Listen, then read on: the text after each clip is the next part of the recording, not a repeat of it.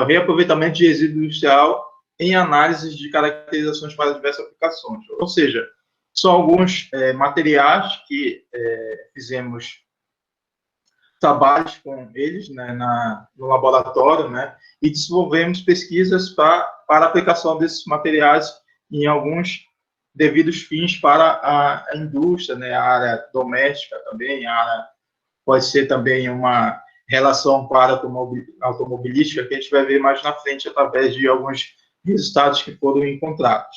Tá?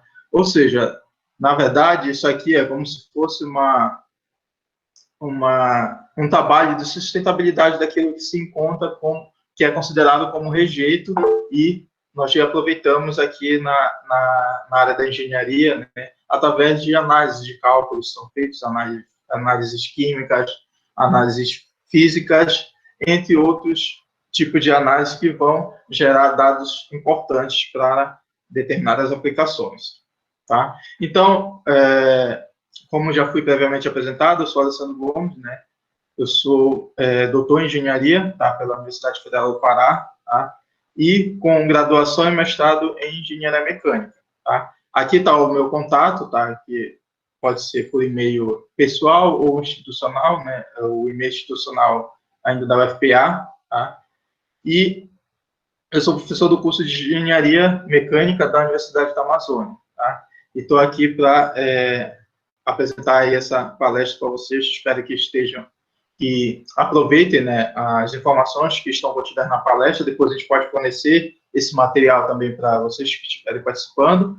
E a questão das dúvidas, como o professor Marcos já falou anteriormente, tá? Vocês podem ir colocando, né, no chat, que ao final da apresentação a gente vai ter o maior prazer de respondê-las, tá? Até porque vão ser dúvidas com certeza pertinentes àquilo que é feito dentro da área da engenharia, né? Até por conta de algumas dúvidas que vão aparecendo normalmente ao longo da apresentação, tá? Então, essa questão dos resíduos, né, industriais, né, a gente pode ter resíduo tanto como sólido, líquido, como na forma de gás, tá? Então, aqui eu poderia, por exemplo, colocar como resíduo sólido industrial. Só que os resíduos que nós vamos aproveitar, vamos fazer um reaproveitamento aqui para as análises que foram feitos e estão sendo feitos ainda, eles são mesclados, né? Por exemplo, eu vou trabalhar com vou colocar aqui 3 tipos de resíduos para vocês entenderem algum tipo de aplicabilidade, algum tipo de resultado de caracterizações relacionados a eles, que é o resíduo de cauli, tá? O resíduo de cobre e a lama vermelha, tá? Nesse caso aqui, né, a gente vai fazer uma análise com ele através da produção de materiais compostos com esse tipo de resíduo, tá? Isso foi uma parte, né, da minha tese de doutorado, tá? Que eu estou mostrando aqui para vocês, né, para vocês terem entendimento daquilo que nós fazemos no laboratório e a relação que a gente tem com o meio ambiente também a partir desses reaproveitamentos, tá bom? Então, eu vou começar aqui falando sobre algumas justificativas, né, interessantes desse trabalho, tá? Que é a produção, né, de novos materiais, né, que tenham, né, um certo grau, né, de aplicabilidade dentro da indústria, né, e também relacionados com a questão do benefício econômico, né. Só que o benefício econômico vão estar atrelados ao tipo de materiais, matéria-prima, de processos que esses materiais vão ser produzidos, tá? E por conta também dos impactos ambientais que eles possam vir trazer para a natureza, tá? A questão também de utilização desse tipo de resíduos industriais, né, que lá na indústria, por exemplo, eles são considerados como rejeitos, que não vão ser aproveitados, mas quando a gente adquire esses materiais e faz outro tipo de aplicação a eles, outro tipo de fins, né, uma verticalização da produção, a gente considera eles como sendo resíduos industriais, né, para a produção de determinado bem. Tá? A questão da indústria civil e automotiva, né, são as principais, né, impulsionadoras nesse tipo de aplicação. Tá? A aplicação desses trabalhos está voltada a alguns itens importantes aí. Por exemplo, nós estamos falando, por exemplo, da indústria civil, né? Para vocês terem um entendimento melhor, né, do que nós fazemos, tá? A intenção de produzir esses materiais, por exemplo, do meu doutorado, foi para produzir utensílios como, por exemplo, caixilhos de portas e janelas a partir da produção desses compósitos com esses resíduos industriais, tá? Que nós vamos ver mais aqui na frente.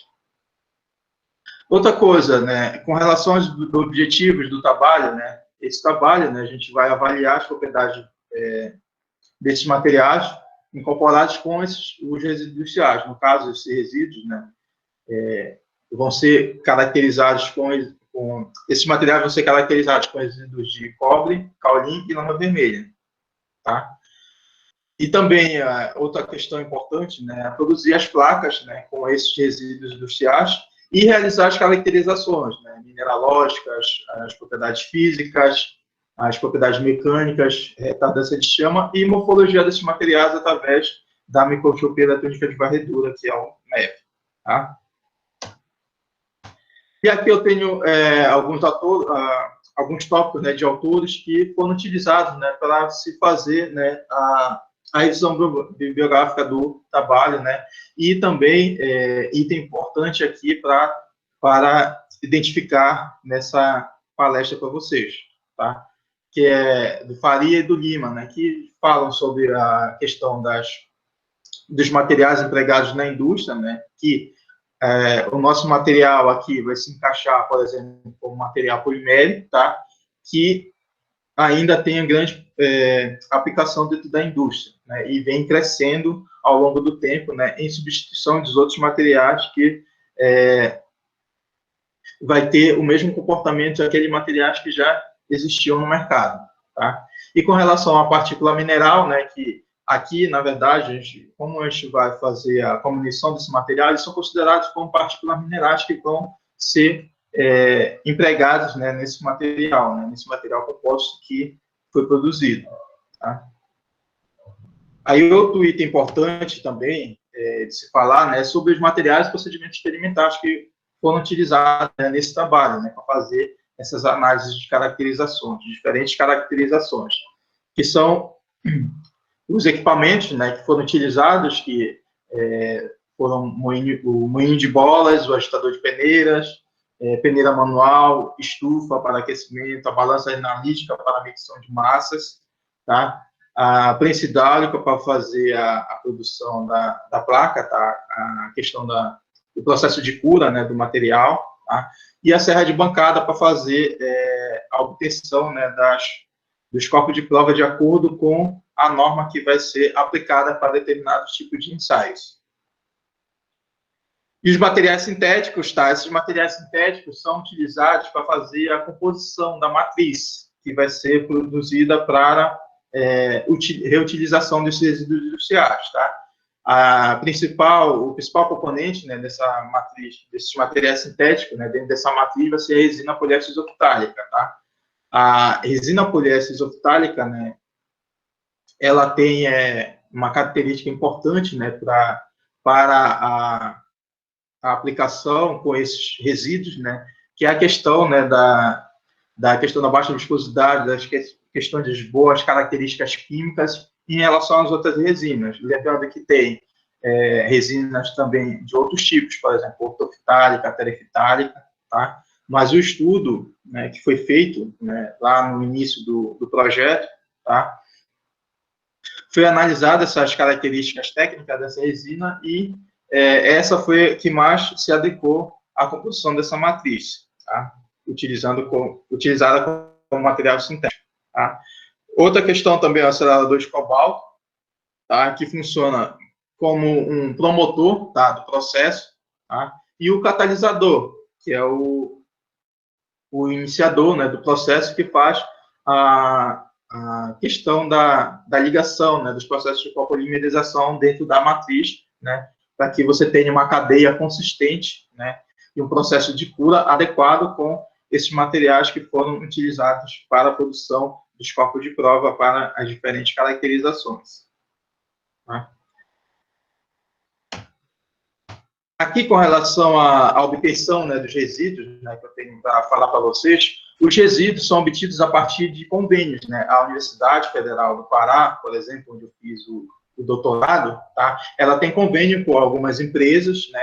E essas empresas fornecem, né, um material, tá? Aquele material que vai ser descartado, por exemplo, para a natureza, aí ela pega esse material e fornece para a universidade, e aqui na Universidade Federal do Pará, nós já aproveitamos esse material para fazer essas análises e indicar a produção de produtos finais a partir desses materiais que são coletados. Tá? Aqui, por exemplo, tem-se a imagem, por exemplo, uma vista aérea da Idoalo Norte, no ano passado. Tá? Essa aqui é a região onde você tem o rejeito, né, dos materiais, tá? Aí forma aquelas barragens, né, de material, tá?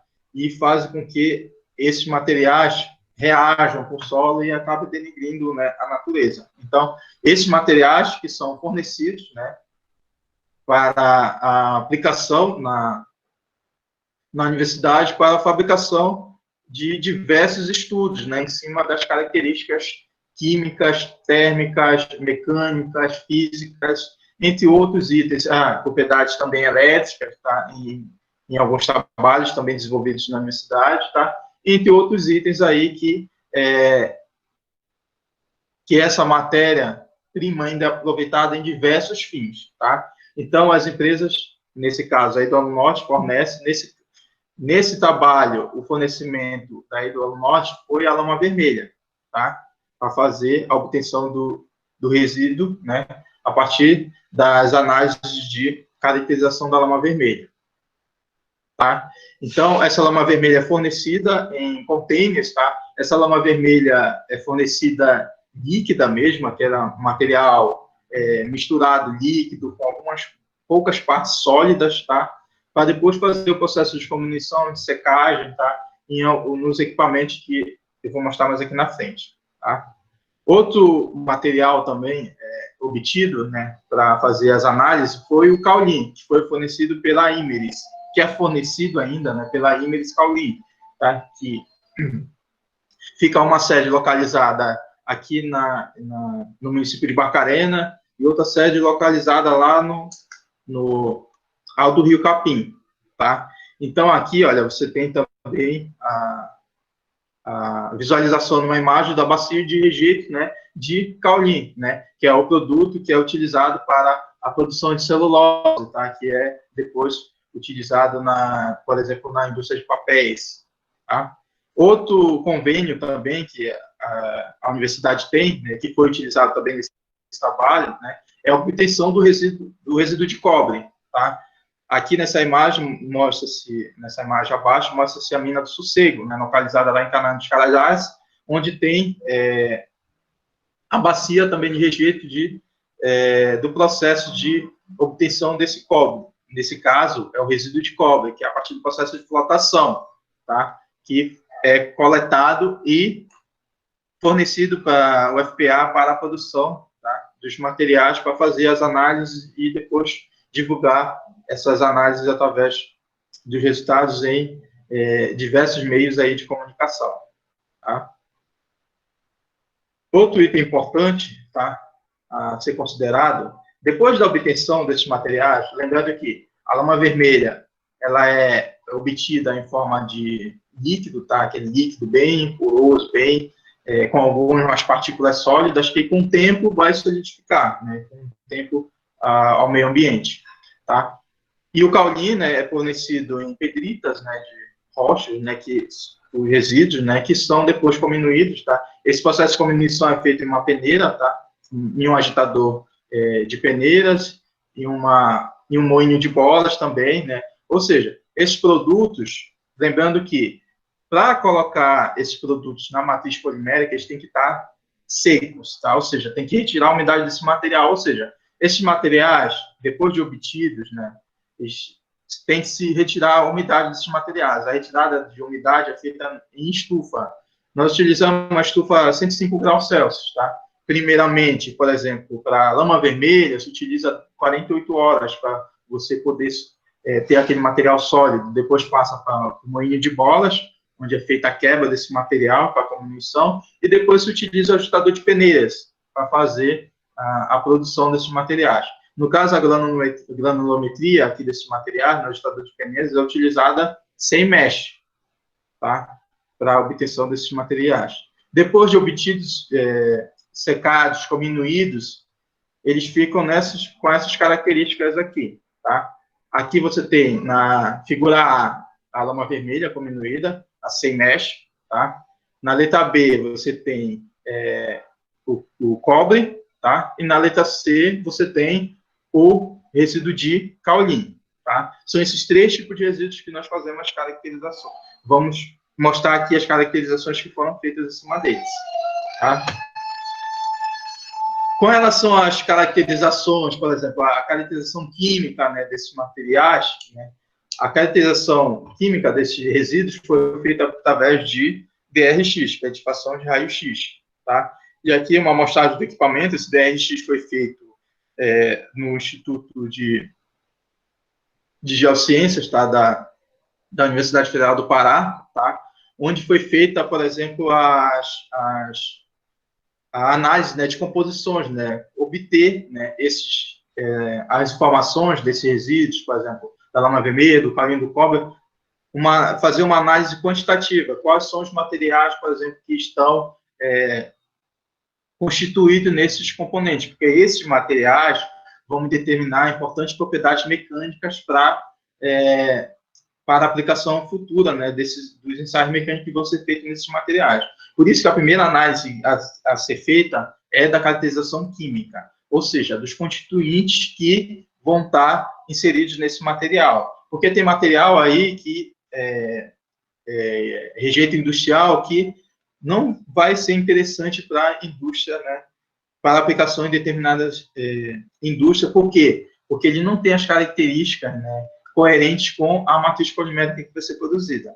Por isso que esses 3 materiais foram convenientes para a produção desses materiais compostos, e a justificativa é em cima dos resultados de ensaios que foram obtidos, tá? Que eu vou mostrar mais na frente. Tá? Aqui o processo de confecção dos compósitos, tá? Na figura A tem a estufa, tá? A estufa é aquela que faz o processo de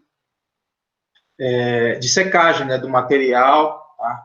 Lembrando que esse material, para entrar na matriz polimérica, né, esse material tem que estar seco, tá? Ou seja, sem umidade, tá? Porque a umidade vai fazer com que haja problema na hora do processo de cura, né, da matriz, já que a água, a umidade, né, é considerada como um retardante, né, no processo, né, de copolimerização da matriz, tá? Ou seja, no processo de cura da matriz, tá? É como se fosse, por exemplo, lá na produção do concreto, lá na construção civil, né? A água, por exemplo, a falta pode agilizar o processo, né? E o excesso pode dificultar o processo de formação, tá? Do concreto, por exemplo, pode dificultar, né, o processo de formação de informações da sua resistência. No caso do concreto, lá é o FCK, tá?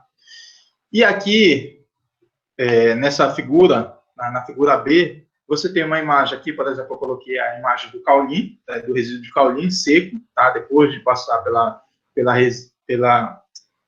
pela estufa, tá? E com as medidas de massas, tá? Já com a massa, né, sendo medida para a aplicação na placa, tá? Nessa figura B também, você tem também a amostragem desse líquido amarelo aí, tá? Esse líquido amarelo e denso, né, é a resina, tá? A resina isoftálica, tá? E esses 2 potes, né, aqui na figura B ainda, a parte inferior da figura indica o acelerador de cobalto e o catalisador que vai ser utilizado no processo, tá? Lembrando que, para a colocação nessa placa, né, desse molde metálico, que é a figura C, né, para evitar com que haja colagem do material, né, que o material fique impregnado na placa, tá? Se utiliza também o Demojet, tá? Que é um desmoldante, tá? Que é como se fosse uma vaselina, como se fosse, por exemplo, quando se vai fazer bolo, quando se coloca, por exemplo, aquela manteiga com trigo antes para fazer com que aquele bolo não grude, né, na forma, tá? A mesma coisa aqui. Aqui você tem essa placa, esse molde metálico, né, onde é colocado primeiro o desmoldante, tá? E depois se coloca a mistura dos materiais com as composições para determinado fim de aplicação, tá? Depois esse molde é fechado na figura D, tá? Na figura E ele é prensado, tá? Essa prensagem é por 20 minutos, tá? Na prensa hidráulica a 2,5 toneladas, tá? É prensado, tá? E posteriormente na figura F, essa placa é cortada, né? Nas dimensões de acordo com a norma que vai ser utilizada. Por exemplo, nessa figura G aqui, lembre-se que essas imagens estão sem escala, tá? Ou seja, esses corpos de prova não são maiores do que o equipamento que está na figura F, tá? Eu só fiz um zoom, tá? Está sem escala, mas esses corpos de prova, na verdade, são de 25 milímetros de largura por 250 milímetros de comprimento, tá? Esses corpos de prova da figura G são, por exemplo, para o ensaio mecânico de resistência à tração, tá? Que é uma determinada norma. E você vai ter também produção de corpo de prova, por exemplo, para o ensaio físico, você vai ter para o ensaio de flexão, para o ensaio de impacto, tá? E também para o ensaio de retardância chama, tá? Que são os itens posteriores aqui dessa parte de materiais, tá? Com relação à caracterização química, caracterização física desses compostos, né, confeccionados, a caracterização física é feita através de medição de massas, tá? Para análise de porosidade aparente, absorção de água e massa específica aparente, tá? Nessa composição aqui, para obtenção, né, nessas fórmulas aqui, todas são normalizadas também, tá? Na verdade, é um jogo com os valores encontrados com massa, tá? Por exemplo, esse MS é a massa seca, tá? A massa seca é medida assim, você corta os copos de prova em dimensões iguais, tá? Nesse caso aqui, para análise desses compósitos aqui com resíduos industriais, tá? Esses copos de prova foram cortados, deixa eu colocar aqui a imagem ao lado, tá? Esses copos de prova foram cortados com 25 milímetros quadrados, né, de área, tá? Ou seja, foram cortados quadrados de 25 milímetros quadrados, áreas de 25 milímetros quadrados para a produção desse copo de prova para análise de porosidade aparente, de absorção de água e massa específica aparente.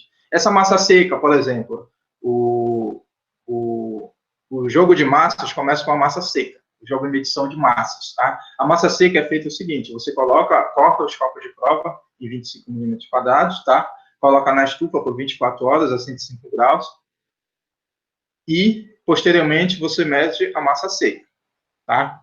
Aí a massa úmida, você coloca, lembrando que foram feitos 10 copos de prova para cada série, tá? Para cada série de compósitos produzidos, tá? Cada série de variações, né, de composições foram produzidos 10 copos de prova para fazer essas análises, tá? Ou seja, você faz 10 medições dessa massa seca.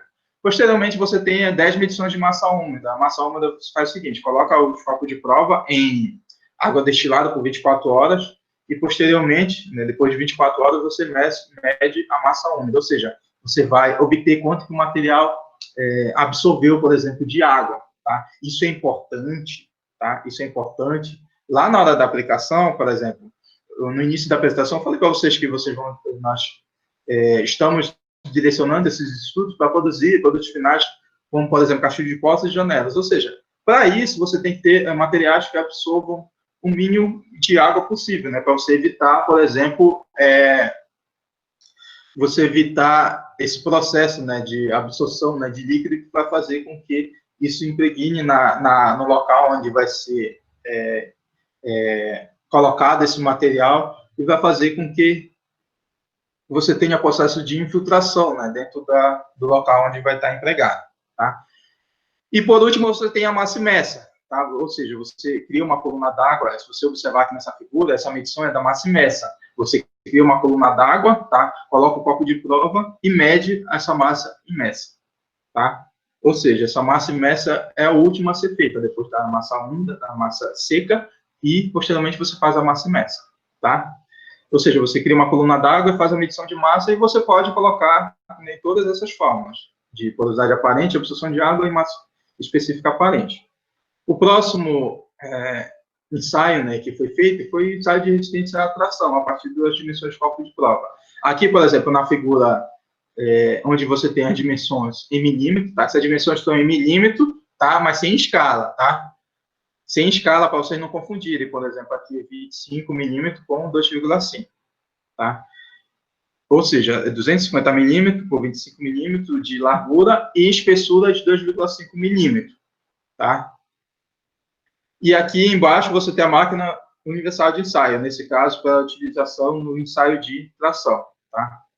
Constando de uma célula de carga, tá? A célula de carga que foi utilizada foi de 5 kN, tá? Com velocidade de 2 milímetros por minuto, tá?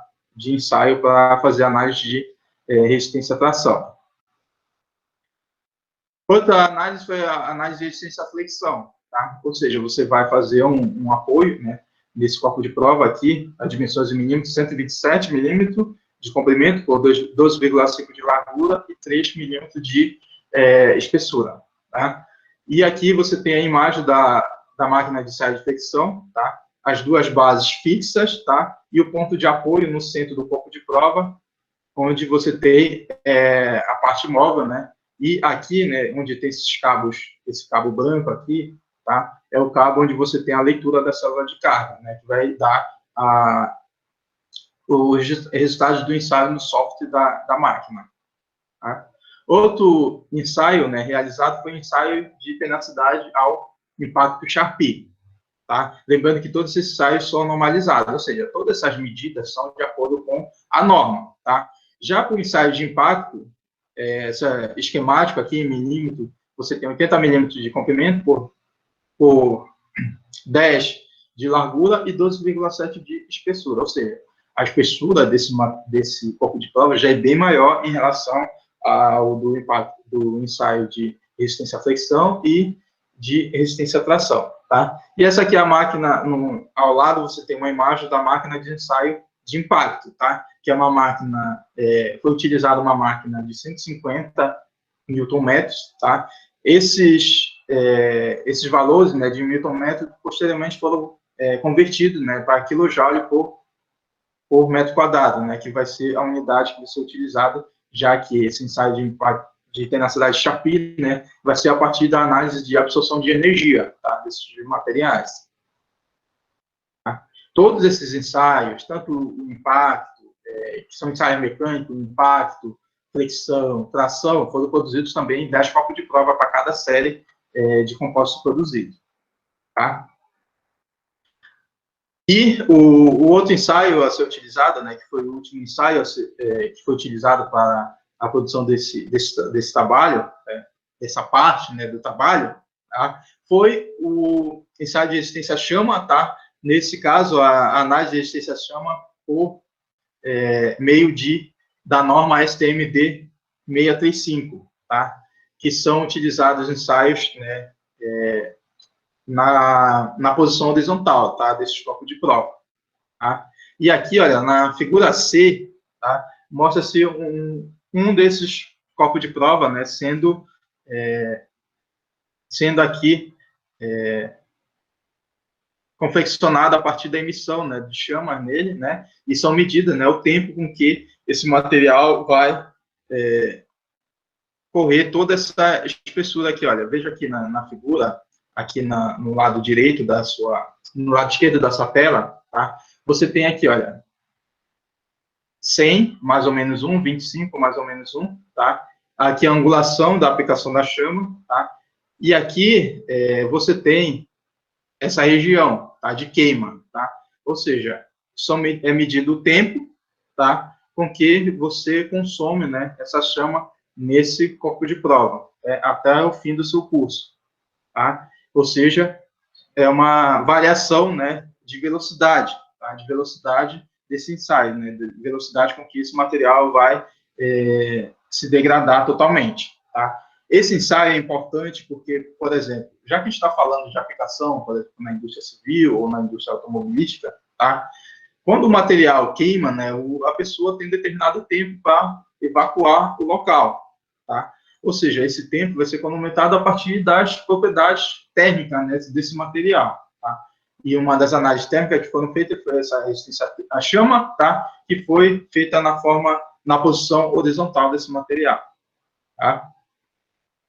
Que foram adequadas de acordo com essa norma, foram adequadas para determinados fins. Então, passando agora para o próximo passo, que é a questão dos materiais, das caracterizações morfológicas, tá? Que a característica, né, após os ensaios mecânicos, né, e também para as análises iniciais desses produtos, né, que foram confeccionados, tá? Você tem que fazer uma análise das superfícies, né? Tanto do material que vai ser utilizado na matriz, assim como também depois, né, dos ensaios mecânicos, tá?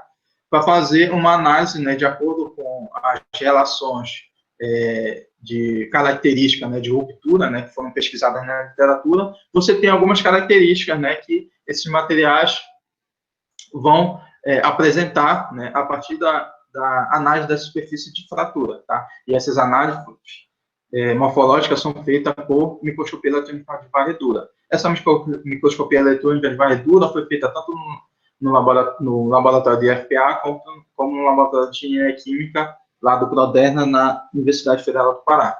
Tá? Então, passando para a parte de resultados, tá? As análises, por exemplo, química, né, codificação de raio-x, tá? Por exemplo, a gente tem aquelas análises quantitativas que eu falei para vocês, com relação, por exemplo, aos materiais que são encontrados, né, nas estruturas, né, dos resíduos industriais. Começando com o resíduo de cobre, né, que o principal material encontrado, né, foi o quartzo. O quartzo, que é um material bastante dúctil, né, que a aplicação dele dentro da área de material composto vai fazer com que eu tenha uma determinada dureza no meu material, combinando com as características de resistência mecânica desse material que vão colaborar para a melhora, né, nas características mecânicas desse material. Tá? Outra análise de DRX foi feita na lama vermelha, onde você tem, por exemplo, a hematita, né, que é muito encontrada, por exemplo, nesse tipo de mineral, né, a sodalita, tá? Que são materiais também importantes, né, na aplicação dentro da estrutura de compostos, né, que vão ter uma boa reação, né, dentro da matriz, tá? E também as análises por DRX do resíduo de caolino, onde você tem, claro, a caulinita e o quartzo como principais constituintes, tá? Agora, passando para a questão das análises dos ensaios físicos, tá? Lembrando que cada série dessa, ou seja, cada linha dessa aqui, olha, dessas tabelas, tá? MP significa matriz plena, ou seja, matriz sem nenhum tipo de constituinte. Aí 10 RC, aí 10 resíduo de cobre, 10%, 20% resíduo de cobre, 30%, 40%, 50%. O resíduo de cobre deu para produzir até 50%, né, da matriz com a resistência, com boa aparência, né, e boa adesão dentro da matriz, né, até encontrar, né, um ponto de saturação, que foi a partir de 50%. Tá? Já o ponto de saturação, por exemplo, nos resultados de absorção de água, porosidade aparente mais específica aparente de lama vermelha, tá, foi até 40%, ou seja, a variação foi de 10% em 10%, tá? 10% de lama vermelha até 40%, né? Aí observa-se aqui, olha, um aumento, tá, da absorção de água, né, a partir do aumento da inserção, né, desse resíduo, né? A porosidade aparente também, né, já que você tem um material mais denso, você vai ter um aumento, tá? E a massa específica aparente, né, por conta da maior densidade desse material, né, das características desse resíduo, vai também aumentar, né? Assim como nos outros, a massa específica aparente do resíduo de caolin, né, você tem também um aumento, tá? Aqui no resíduo de caolin é importante observar, por exemplo, que aqui na absorção de água, que é o AA em porcentagem, tá, você tem uma diminuição, ou seja, esse material vai fazer com que, com o aumento, né, desse material, você vai ter menor absorção em percentual de água, tá? Agora, passando para a parte do ensaio de resistência à tração, tá? Aqui nós temos aqui mostrando, né, os gráficos de barra, né, a partir dos ensaios, tá? Feitos, né, com resíduo de cobre. Aqui a análise do resíduo de cobre até 40%, variando 0%, que é a matriz plena, 10%, 20%, 30% e 40% de resíduo de cobre, tá? Essas barrinhas aqui, olha, em cima, tá, esse gráfico de barra, né, se você for ver, tem umas linhas aqui na extremidade dessas barras, tá? Essas linhas indicam, tá, o desvio padrão, tá, desses materiais a partir dos ensaios que foram feitos, né, dos 10 ensaios para cada série, ou seja, 10 copos de prova de resíduo de cobre de 10%, 10 copos de prova de 20% e assim sucessivamente, tá? E aqui ao lado você tem uma análise da microscopia eletrônica de varredura, tá? A amostragem, tá, desses resíduos, tá, impregnados dentro dessa matriz, que são esses pontos mais claros aqui dessa matriz, tá, indicando os poros, né, de resíduo de cobre. Aqui tem-se a análise da matriz polimérica com inserção de lama vermelha, né? Você tem aqui de 10% até 40% de lama vermelha, você tem uma alternância nos valores encontrados, tá? O valor de maior resistência mecânica à tração, tá, foi do compósito com lama vermelha de 20%. E depois foi diminuindo com 30%, 40%. Só que se vocês forem observar, com relação à matriz plena, né, que foi de 0%, né, desses materiais, ainda continuam superiores, ou seja, ainda são superiores à matriz plena, ou seja, com a inserção desses materiais, mesmo com eles tendo alternância entre si, eles já são superiores em relação à matriz plena. Tá? E aqui uma análise microscópica desses compostos populares com lama vermelha. Tá? Posteriormente, nós temos uma tabela de resultados do resíduo de caolin, até 40%, indicando também um aumento até 20% e depois uma diminuição, até chegando a 26,92 megapascal, tá, de resistência à tração. Tá? Que indica também uma alternância desses valores, mas ainda assim, né, esses materiais superiores em relação à matriz plena, que é sem a inserção desses resíduos dentro da matriz. Tá? Outra análise interessante que foi feita, né, foi a análise de resistência à flexão, ou seja, aquela do corpo de prova apoiado nas suas extremidades e com a tensão vindo no meio, no centro do corpo de prova, tá? Ou seja, aqui, né, tensão de flexão, né, a tensão de flexão e a deflexão são resultados obtidos a partir do software da máquina, tá? Lembrando que, mostrando aqui que a matriz plena foi 82,86 de tensão de flexão, né? Ou seja, os outros itens, olha, se você for verificar resíduo de cobre, lama vermelha, resíduo de caolin, tá? Quase todos foram superiores à matriz plena, em exceção da lama vermelha 40%, foi de menor do que a matriz plena, tá? Ou seja, esse material aqui, por exemplo, lama vermelha 40% já não é tão conveniente para aplicação, tá? Nesse tipo de análise. Tá? Mas todos os outros foram superiores, chegando até em grande superioridade, por exemplo, o resíduo de caolin, chegando a 140,34 megapascal de tensão de flexão. Tá? A deflexão, tá? Que é quanto que esse material vai sofrer de deformação até sofrer a ruptura, tá? Que é em milímetro, também vai ser um dado da máquina. E aqui o módulo de flexão, que é calculado, tá? Esse módulo de flexão é jogado na fórmula para fazer esse cálculo a partir dos resultados, tá, de tensão de flexão e deflexão, tá? E aqui você tem, na figura ao lado, você tem uma análise, por exemplo, aqui eu coloquei o resíduo de cobre, de 10% e 40%, mostrando aqui, por exemplo, na figura a impregnação, né, deposição, né, desses materiais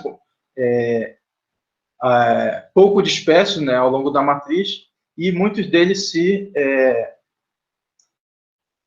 depositando aqui na parte inferior, tá, do corpo de prova. Tá? E aqui, com resíduo de cobre de 40%, você tem aqui, ó, dando um zoom, você tem um aumento, né, da quantidade, né, desse material dentro da matriz. Esses primeiros gráficos aqui, ó, gráfico de barra, foi feito lá nessa resistência à tração, foi feito a partir do software que é o Origin, tá? O Origin, essas análises dos resultados obtidos no ensaio para resistência à tração, foi utilizado o software chamado Origin, tá? Se vocês quiserem, depois também eu posso passar para vocês como que se instala, né, esse material, posso passar esse material para vocês instalarem no computador de vocês, tá? Já para fazer essa análise, por exemplo, de resistência à flexão, para dar uma diversificada, tá? Eu coloquei aqui essas análises dessa tabela aqui, tensão de flexão, deflexão e módulo de flexão, tá? Aqui em alguns gráficos que foram utilizados a partir do RStudio, tá? Ou seja, esses resultados aqui, ó, vamos começar aqui, por exemplo, com o resíduo de cobre, que é o RCU, tá? 10, 20, 30, 40%, tá? E essas variações, 97 até 130 megapascal, 130,12, tá? Aí aqui, olha, você tem, por exemplo, o gráfico, tá? O comportamento utilizando o RStudio, tá? Para a formação desse gráfico, tá? Então, aqui você tem comportamento de tensão de flexão, tá? Chegando a aproximadamente 130 megapascal, tá? Que é esse resultado aqui, olha. Tá? ERCU 40%, 130,2 megapascal, tá? Aí aqui você tem a tensão de flexão chegando aqui, ó, a partir dessa malha, né, se você for analisar, né, chegando a 130 megapascal, 130,2, tá? A próxima imagem é do gráfico de comportamento a partir da deflexão em milímetro, tá? Que foi essa variação aqui, tá? De 1,31 até 2,46 milímetros, tá? Aí aqui você tem, tá? Essa análise, tá? Desse gráfico a partir dessa deflexão sofrida, tá? E a partir dos cálculos de modo de flexão, você tem o modo de flexão em gigapascal encontrado, né, desse resíduo de cobre, tá? Outra análise é da lama vermelha, tá? A tensão de flexão da lama vermelha, né, que vocês viram que foi diminuindo, tá? Chegando ao valor de 92, né? Aqui, deixa eu mostrar aqui para vocês novamente, tá? Chegando até o valor de lama vermelha, 40% de 81,75 megapascal, tá? Ou seja, foi diminuindo, tá? Ao longo do tempo. E essa malha aqui mostra essa malha mostra esse comportamento, né, de diminuição, né, chegando um valor mínimo aí, com um aumento da inserção de lama vermelha nesse compósito, tá? Aqui nós temos também a imagem da deflexão em milímetros, tá? Vejam que o comportamento, por exemplo, da deflexão, né, do modo de flexão desse material já se transforma quase que como uma reta, tá? Ou seja, a variação foi muito pouca, né, com a inserção, né, com a inserção dessa lama vermelha, a variação foi muito pouca da deflexão, tá? E abaixo você tem o modo de flexão. Cada resíduo de caulin, tá? Você tem um comportamento ali, você viu que o resíduo de caulin também aumentou, tá? Com o aumento da inserção do resíduo de caulin, tá? Chegando ao valor aqui na tabela de vocês, superiores a 140 megapascal, tá? Aí, deixa eu voltar aqui, tá aqui, tá?